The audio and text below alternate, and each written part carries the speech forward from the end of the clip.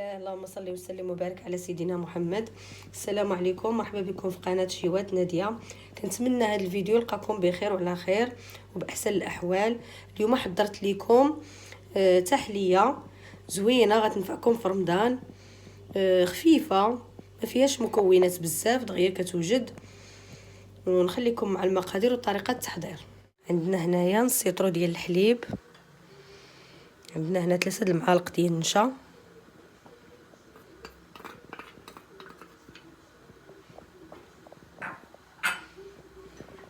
كيس المعالق ديال السكر تيبقى حسب الذوق، اللي كيبغي الحلاوه يزيد، اللي ما كيبغيش ينقص. وعندي هنايا قشور حامضه. سمحوا لي اليوم على هذا الصوت، راني مروحه ما شكيت عليكم، ضربني البرد. نخلطوا هاد المكونات مزيان ودابا نديوه فوق البوطه. دابا نبقاو نحركوه فيه، ما نحبسوش من التحريك، نحركوه فيه تيعقد لينا. كيف كتشوفوا هو بدا كيعقد. دابا غنطفي عليه ونديرو في المول.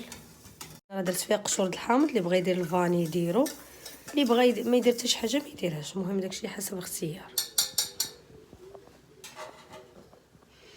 دابا غنسوسها في هذا المول، راني دهنته بالزيت.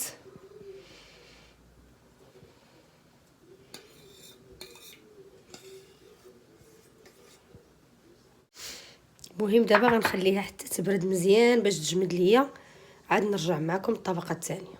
دينا هنا نص كاس ديال الماء، غنضيف عليه معلقه ديال النشا،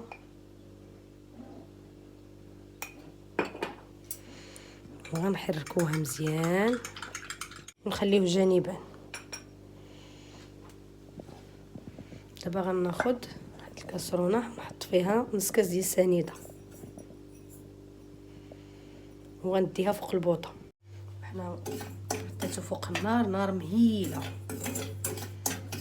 ونبقى نحرك فيه هكذا تيولي ليا كراميل. كما كتشوفوا هو ولا كراميل. خصكم البنات تصبروا عليه، ماشي تشوفوه بدا كيتحجر ولا شي حاجه تقولوا غيخسر. صبروا عليه وعطيه وقته، راه غادي يذوب. المهم هو تعطيوه الوقت، راه كيشد شويه الوقت، ما تجهدوش ليه البوطه باش ما يتحرقش لكم. خليو النار مهيله وصبروا شي شويه، راه غادي يتقاد معاكم. دابا غنضيف ليه داك كاس ديال الماء اللي خلطت معاه النشا، دابا غنضيفوه ليه.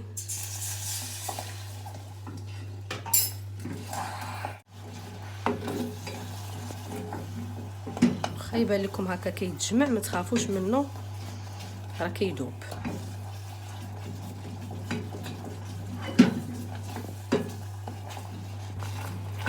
صافي غنبقى نستمر هكا تيذوب ليا. كما كتشوفوا راني بقيت معاه بالتحريك حتى دابا. دابا نخليه يبرد غير واحد شويه وغنحطو فوق ديك التحليه اللي درت. نضيف ليها الطبقه الثانيه. كتشوفوا انا غنحط دابا الكراميل، درت واحد المعلقه باش ما يتقبش ليا ديك الطبقه اللي درت، باش تحط هكا ما نحطش بالماء.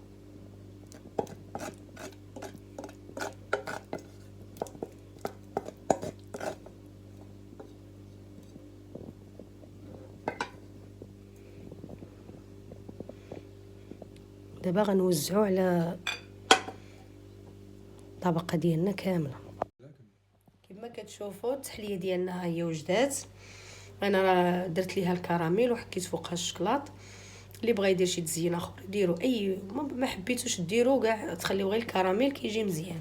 كنتمنى هذا الفيديو ينال الاعجاب ديالكم، ما تبخلوش علينا بلي لايك ديالكم، وإلا كنتوا اول مره كتشوفوا القناه اشتركوا وفعلوا الجرس باش يوصلكم الجديد. والى اللقاء مع شهوه اخرى من شهوات ناديه.